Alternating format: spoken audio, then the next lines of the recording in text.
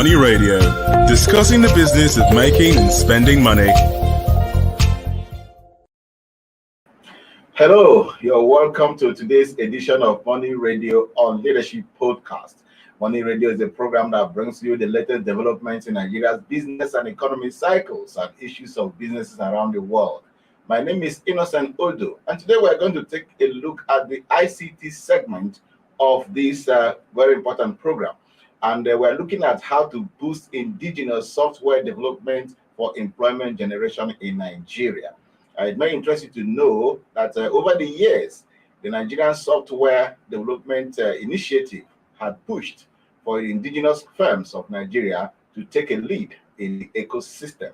And so from 2006 up to this moment, the Nigerian software development ecosystem has made a significant stride in this area, although a lot needs to be done in terms of investment and of course, legislative oversight that will ensure that all the policies and programs put in place to drive the process of developing the software, indigenous software in Nigeria, will come to reality.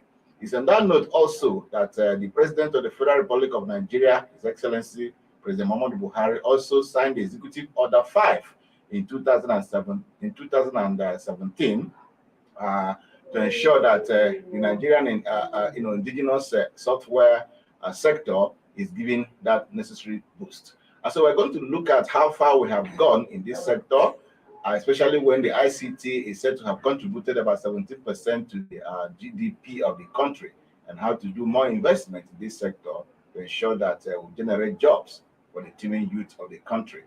I am not alone in the studio. I am here with an ICT specialist, with whom I'm going to do justice to this very important topic.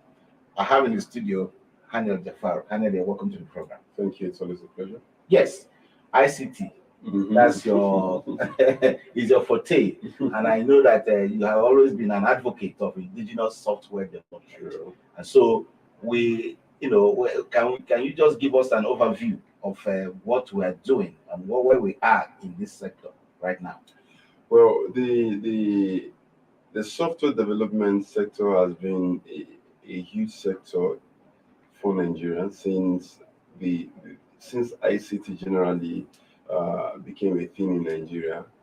Most persons ran into computer science, and the product of that course of study is to become software developers majorly. In fact,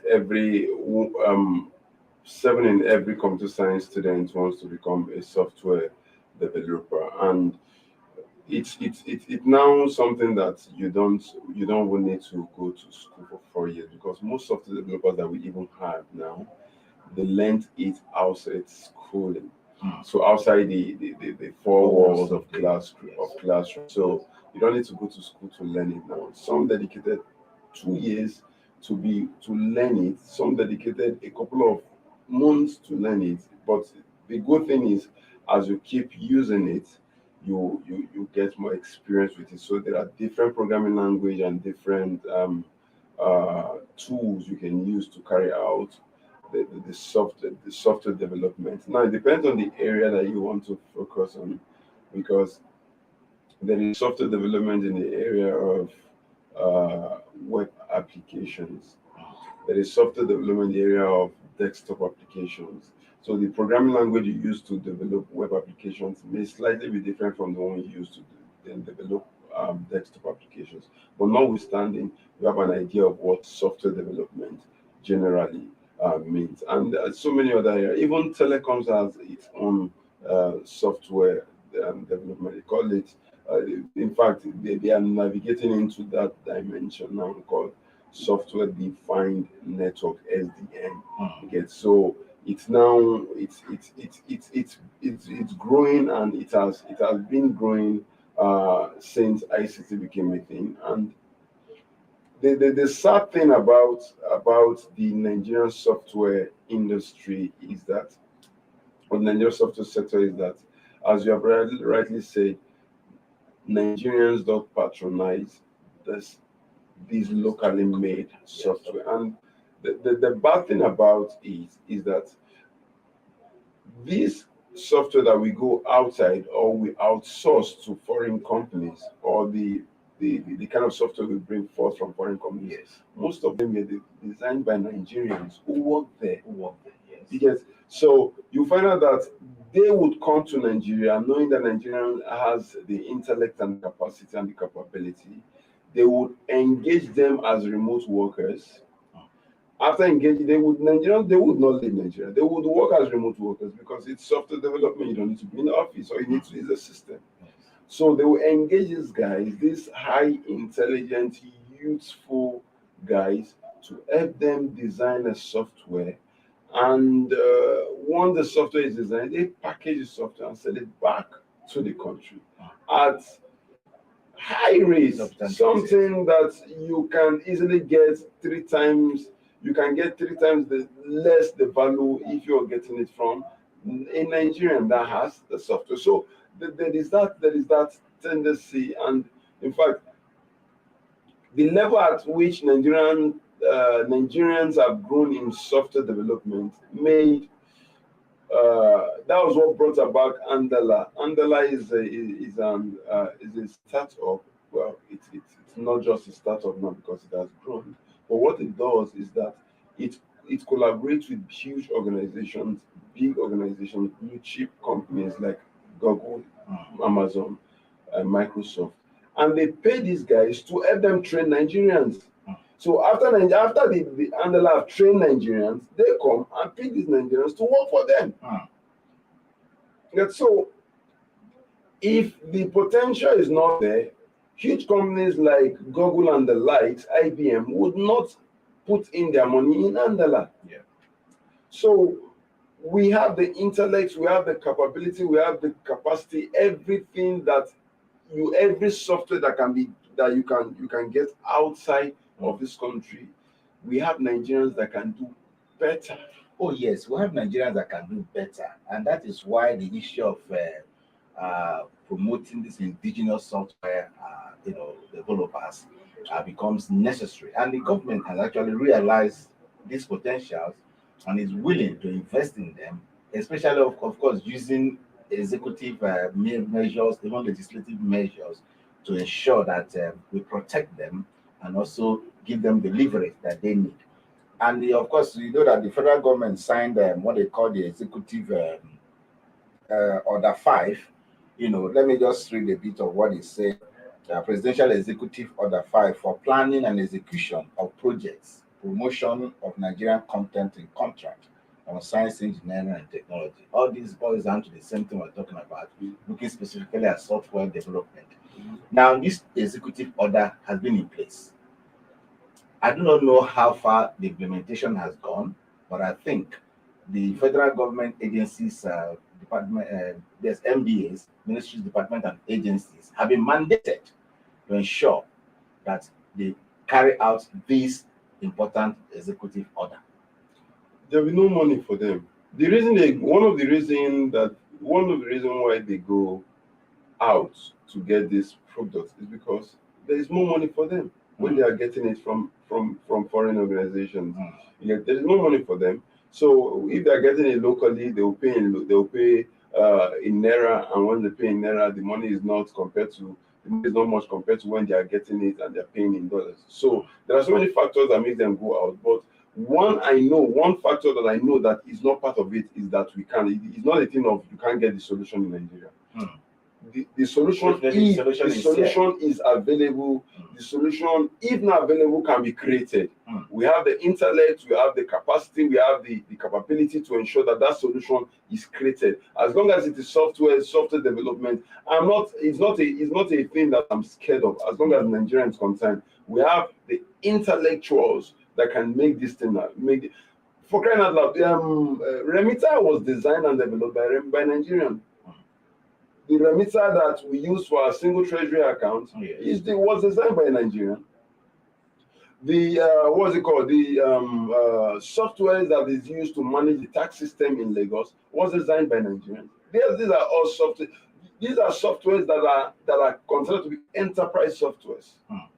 They were designed by Nigeria. Some banks like the Orbit R that is being used in most in banking system, not most anyway, but in the banking system of it are was designed by Nigerians. Because so we have softwares that have been there is this popular software in the hospitality industry called Hotelman, was designed by a Nigerian. Most hotels, huge hotels in Nigeria, operate on that softwares. I'm not talking about hotels that are franchise-based hotels. I'm talking about local hotels. They operate, they run on that software. Because, so we have, it's not as though that these solutions are not available. It's just that different factors have made them to go outside. But one of the factors that I know fully well is not part of it is the fact that they will not get the solution. The solution is here. Yes, indeed, the solution is here because we're sometime in a meeting with the Director General of the National Office for Technology Acquisition and Promotion, NOTA, as Dr. Dan Azumi Mohammed. And just as you said, that the intellect, intelligence, and all the enormous qualities that we need to produce anything that of software quality, we have them here. He, however, said that, in fact, that Nigerians are producing software and also exporting them to other, parts of the world. Now, when I begin to wonder, why do we not have something like a legislative oversight on these MDAs that are supposed to? Because we, just like you mentioned, the lapses in executing the Executive Order 5 is because of what these guys can get out of importing this, foreign software. Now that we should have a firm, a firm hold on this by making sure there's a kind of legislative oversight on some of these agencies and departments that still rely on foreign, software when we have the best in Nigeria. Yes, that's one thing that needs to be done. But even about talking about this agency that does the technological promotion and they have a huge role to play. Most Nigerians are not aware of Nigerian softwares. That Nigeria has a software, or that I am saying that Nigeria has a software because I have a vast knowledge in how the ICT sector operates generally in this country, so I can understand something, and I am part of the system. Yes. Because Nigerians are not aware of Nigerian software. There are banks or there are organizations that don't know of. There are hotels per se now that don't know of Hotelman. There are banks that don't know of what's it called, of Orbit R. Because generally Remita is a global software, so most persons would know about it. But there are still software solutions that are available in Nigerians, but these softwares are not known by Nigerians. Nigerian companies they are not aware that this kind of software exists. Because so they have a role to play in ensuring that things like exhibition comes forth. That is one major way in ensuring that people get to know about your products. Yes. We need to how the growth that we saw in the US in the early 80s, as long as ICT is concerned, was because of exhibition, and that exhibition happened majorly in Germany. Most of the products that we see in the US, they were partly influenced by the exhibition they saw in Germany. And I told us that sometime in this program that then German had the German government mandated that huge and blue chip companies in Germany should dedicate a fixed amount of funds for research. Now they really don't care whether you just ensure that you dedicate that amount, and at the end of the year, whether at the end of the year or something, at the end of a period, bring forth a research that has been conducted. What the product of that research? Then the government will be the one. The government will exhibit, will design an exhibition plan where people from all over the world, including the US, the UK, they will all come to see the product that you have. Interesting, very interesting. If you're just joining us, I believe you have missed a lot, because I'm here with the expert telling us about the software development in Nigeria and, in fact, in general, the ICT sector. We're going to take a short break. When we come back, we'll continue with the program. Don't go away.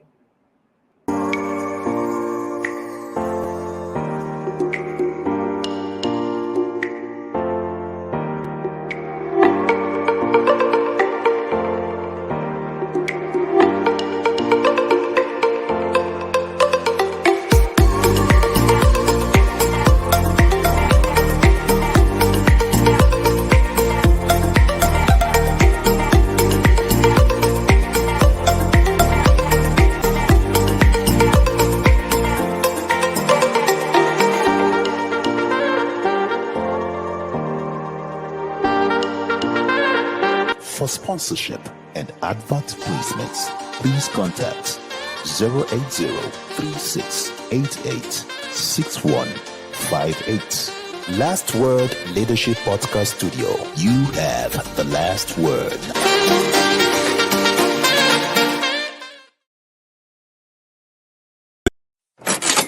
Money Radio, discussing the business of making and spending money.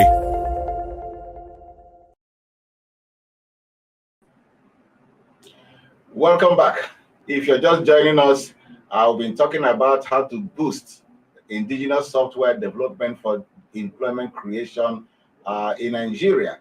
And I've been in the studio with an ICT expert. I can assure you that if you're just joining us, you must have missed so much as we enter into the second segment of this very important program. But then I still have Haniel Jafar in the studio. We still have so much to gain while he gives us his expert opinion on indigenous software development in Nigeria.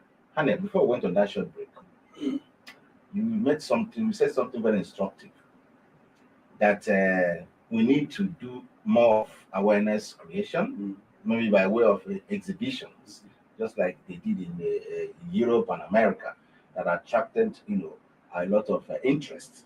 And of course, we have to also follow with research and development in the sector to ensure that we have a regularized system where the funding, for instance, can actually be specifically allocated to areas that will then drive the process. That kind of program doesn't seem to be in place in Nigeria for now. And that is what we need, and we need it urgently. True. What is your take on that? Yeah, you have a product. It does not matter the size of the product. It doesn't matter the capability and the how huge a product is.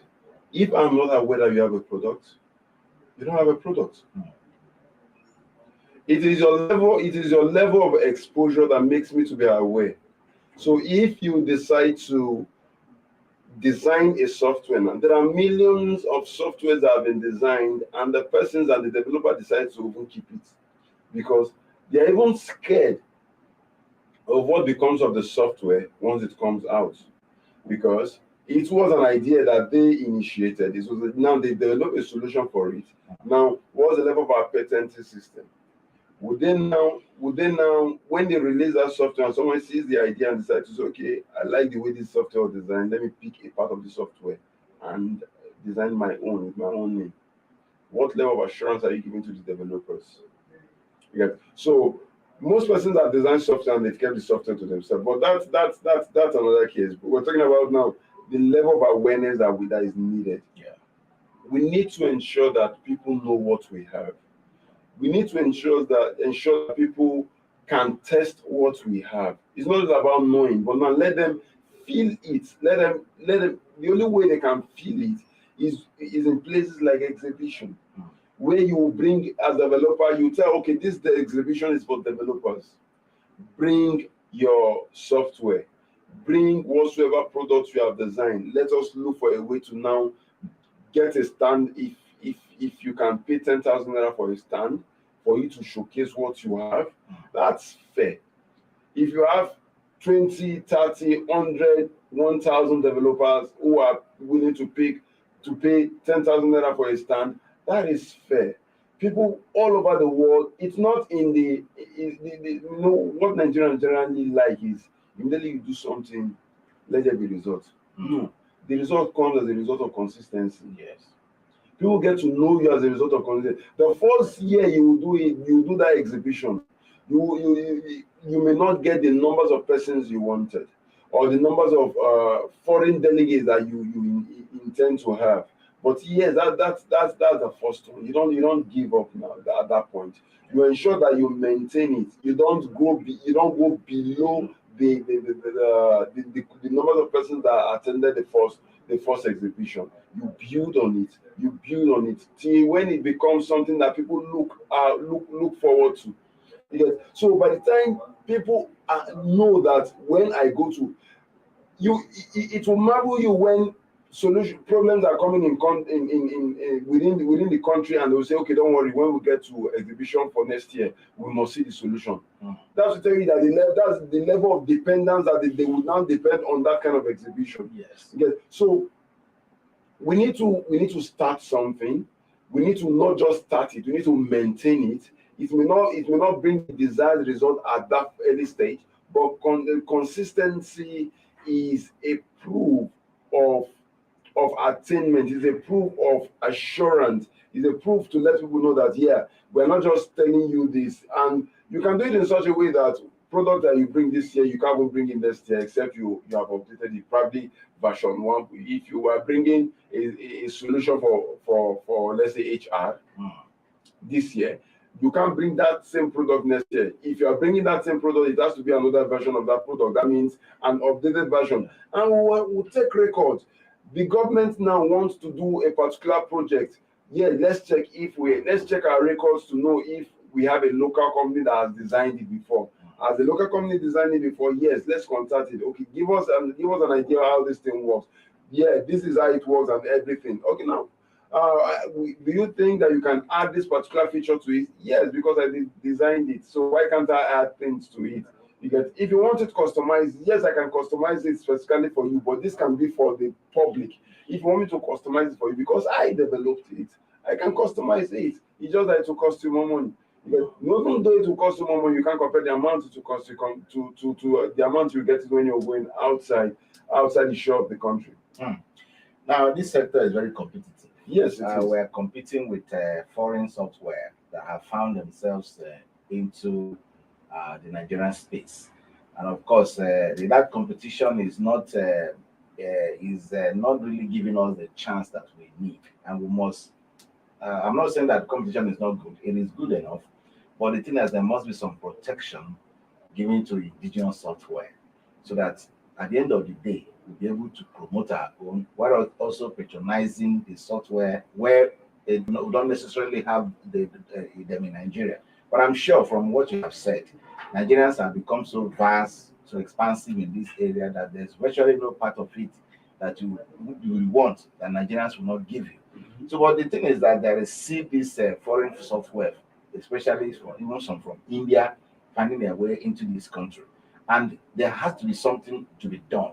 Now, I understand some time ago that the Nigerian Software Development Initiative actually were, putting pressure on the government to do 100% tax impose 100% tax on foreign software. I don't know how far that has gone in trying to reduce the impact of what the foreign software have done in Nigeria, especially when they have to even be designed by Nigerians and brought in here, for us to patronize them. Why even give room for them to even sell their software in Nigeria?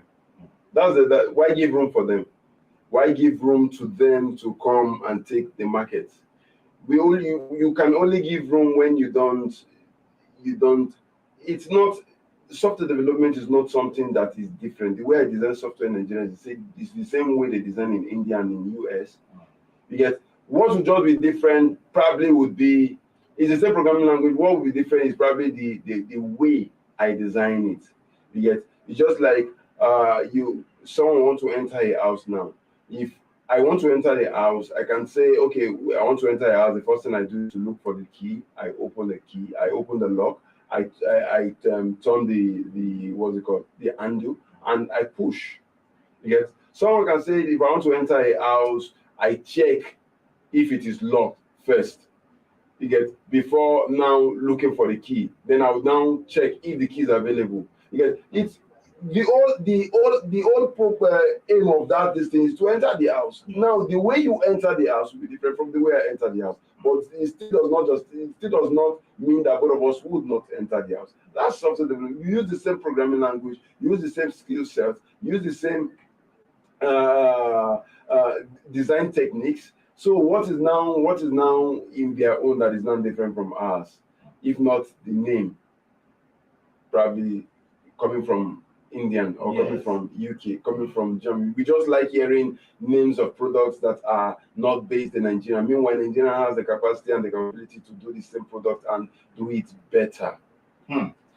That's what we're thinking of, how we're going to change the orientation of Nigerian people through massive information, to ensure that they understand, just like you said, that we have a very viable and vibrant, software sector in the country that any one of us, in need of the services can actually patronize. And the competitiveness, yes, is there, but the thing is that we must ensure that we promote our own. However, the executive order 5, I keep referring to that because that has seemed to be the most potent, step taken so far to ensure that we patronize our indigenous software, especially for MDAs, in the country. But I understand also that there are some MDAs that still get, still tax, foreign, software to also generate revenue from them, like the Nigerian cost immigration service that impose import duties on some of this software that are coming into the country. So you can see that no matter the amount, the Nigerian software sector has the capability to give the country, if well utilized, at least $2 billion yearly. So there is no amount of money that they want to tax that can be compared to the amount that we would gain when we are exporting and when we are building our own capacity, or when we're using what we have. The money will still remain in house. There will be employment. It's going to reduce the employment rate.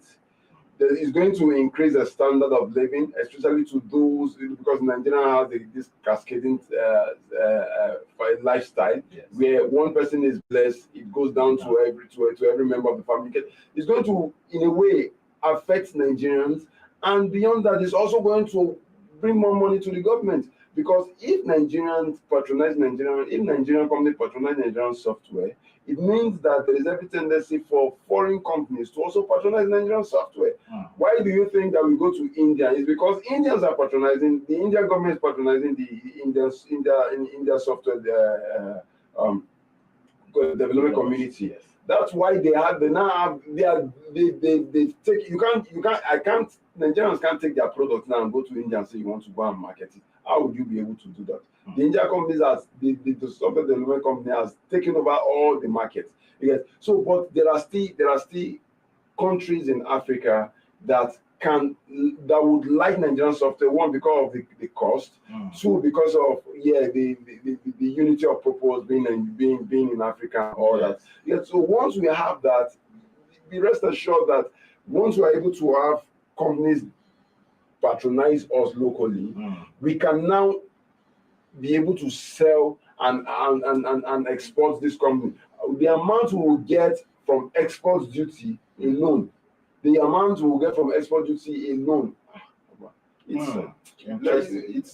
just interesting. And if you are just joining us, we've been talking about how to boost the indigenous software development in Nigeria to generate employment for the teeming population of Nigerian youth. And I've been in the studio with an ICT expert. You heard it from him. He has given us an expert opinion and, of course, what needs to be done to ensure that we do more investment in that sector.